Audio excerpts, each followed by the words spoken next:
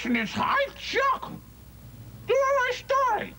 What? You ruined my story. I ruined your... You ruined my story. Oh, I ruined your story. Yeah. What story? I swear special effects makeup. And what, Chuck? Special effects makeup.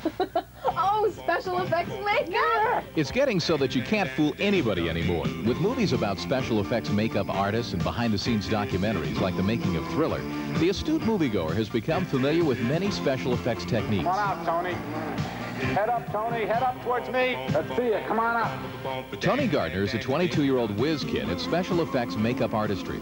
He began as an actor and a makeup assistant on Thriller 2.5 years ago.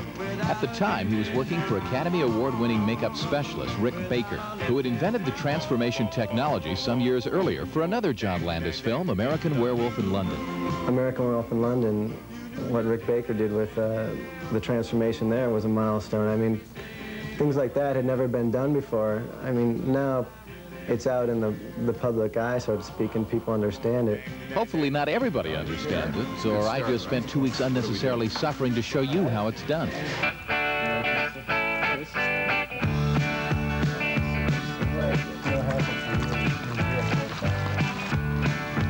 We're set from the top of it down. Day one began with a bath in a substance resembling guacamole. Then they wrapped my head in plaster bandages to give my life cast some support. Now, Tony and his cohort, Mike Burnett, told me that it would be good for my skin. What they didn't tell me was that this was going to be fun for them at my expense. Okay, suck in your cheeks. Don't pull. All right. Came up beautiful. Let's see it. Boy, it's warm in that thing. Kind of feel like the man in the Iron Mask. Actually, we didn't have the resources to do a state-of-the-art transformation, but we did cover the basics. Gardner sculpted a replica of my face that would later be made out of foam latex. This is what's known as an appliance makeup. Another was sculpted in the image of a werewolf for the final transformation. Okay, what Mike's doing is putting together the bladders that will actually be on your face underneath this appliance. And that gives the impression of what? This is when your face expands. This is a technique Rick Baker developed. The bladders are actually built up on your life cast, so it matches the contours of your face. Mm-hmm.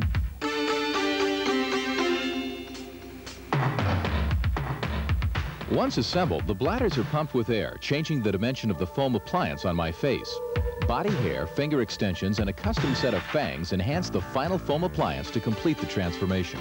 I'm basically a newcomer to this. I mean, 2.5 years and being 22 isn't much to go by, but if you can do an effect where other people that do makeup effects are stumped even for just a minute and go, how did he do that? I mean, that's more than enough reward right there. Who makes some of the most frightening monsters you've ever seen.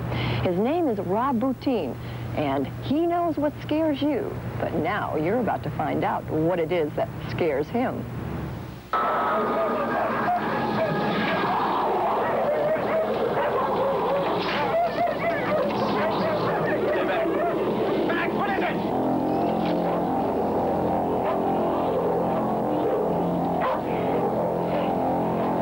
At age 24, Rob Bottin is already a master of his craft, the magical world of special effects makeup artist. I always had a big imagination when I was a kid, and I always wanted to go to those places where, you know, the movies were, and I didn't understand, that, my father would explain to me, hey, listen, it's a trick.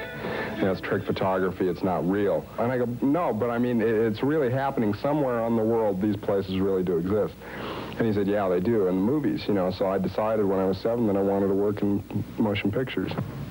Rob works in motion pictures now, not on rugged Alaskan locations like the rest of the crew for The Thing, but in a special effects studio where his monsters are painstakingly created in secrecy.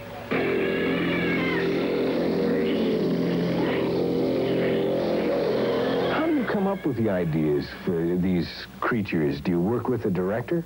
Usually when you're making a monster that's like The Thing, you have to think of it logically, because there's a set of rules that are made up in the script.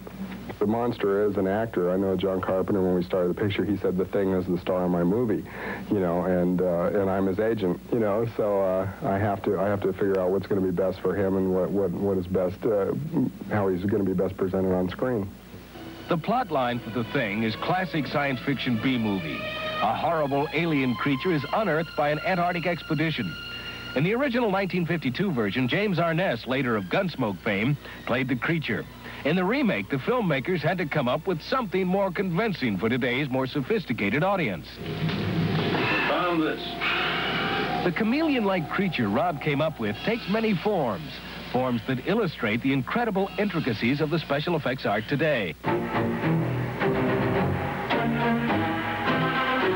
These are heads Rob has worked on, some just as practice figures for perfecting his craft. The reason he's become so skilled is that he started early, at the ripe old age of 14. Rob apprenticed himself to special effects wizard Rick Baker and worked with him on King Kong. And then on the famous cantina sequence for Star Wars. It was on the set of Star Wars that Rob learned an important lesson in judgment. I remember George Lucas, when we were shooting it, he sat down next to me. I didn't know who he was.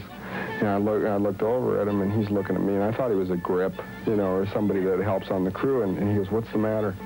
I said, "Oh," I go, "I don't know." I go, "This is really depressing. I think this movie's going to be really silly, a bunch of aliens drinking, and whoever's directing this picture doesn't know what he's doing, you know. This is too weird, you know." And he sits and he looks at me and goes, "Yeah, maybe you got a point there." And he stands up and walks away. And then John Berg, the guy that did the walkers in The Empire Strikes Back, he comes over and he sits down next to me and he goes, "Hey, Rob, what'd George want?" And I go, "George who?" And I go, "You mean the grip?" You know, and he goes, "No, that's George Lucas, the director," you know. And then I just went, "Oh, my God." Rob survived his encounter with George Lucas and went on to create the werewolf effects for the movie The Howling. I think The Howling was a breakthrough movie for special effects makeup artists. I actually got an opportunity to change an actor without optical tricks into a 9-foot-tall werewolf. He was 5 feet tall, and we changed him into a 9-foot-tall werewolf on camera without optical effects. You spend all this time and energy creating all these horrible effects to scare other people. What frightens you? Being scared is very personal. You know, I know people that are very afraid of even just waking up and existing in the everyday world, you know. I am afraid of the dark, you know, and the unknown. I'm 6'6", I weigh 230 pounds, and I'm a big baby, you know, but I know I'm afraid of the dark, you know. The unknown, the unnatural, these are the things that scare us most. Creating a monster that was constantly evolving, constantly changing, was the continual challenge of The Thing. You actually have to create a thing that'll move and flex and, you know, look and blink and do this whole number. The hard thing about The Thing is that once you've seen that, you get to look at it for 3 seconds. You know, it's sitting there moving. We spend a lot of money, right? Well, then there's a monster inside of that monster. You basically have to have a knowledge of mechanical effects. You have to have knowledge of makeup, cosmetics, electronics, cable systems, linkage, you know, plastics. You basically have to be like a mad scientist, you know, and it's a lot of fun.